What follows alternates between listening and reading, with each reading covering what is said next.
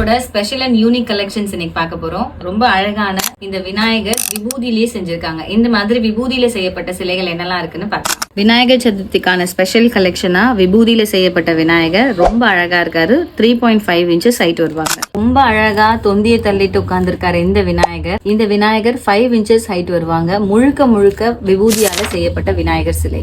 ரொம்ப அழகா திருவாச்சியில 10 கையோட சேர்த்து 11 கையான தும்பிக்கையில அழகா உட்கார்ந்துருக்காங்க இந்த விநாயகர். அழகான மாலை வேலைப்பாடுகளோட இந்த விநாயகர் விபூதியாலேயே செய்யப்பட்டது. விபூதி சிலைகள் கலெக்ஷன்ல இந்த வருஷம் 2025 நியூ கலெக்ஷன் இந்த சண்முகர் வள்ளி தேவியானோட இருக்கிறது. அழகா மயில் தோக பேக்ராப்ல இருக்கிற மாதிரி சண்முகர் உட்கார்ந்துருக்காங்க.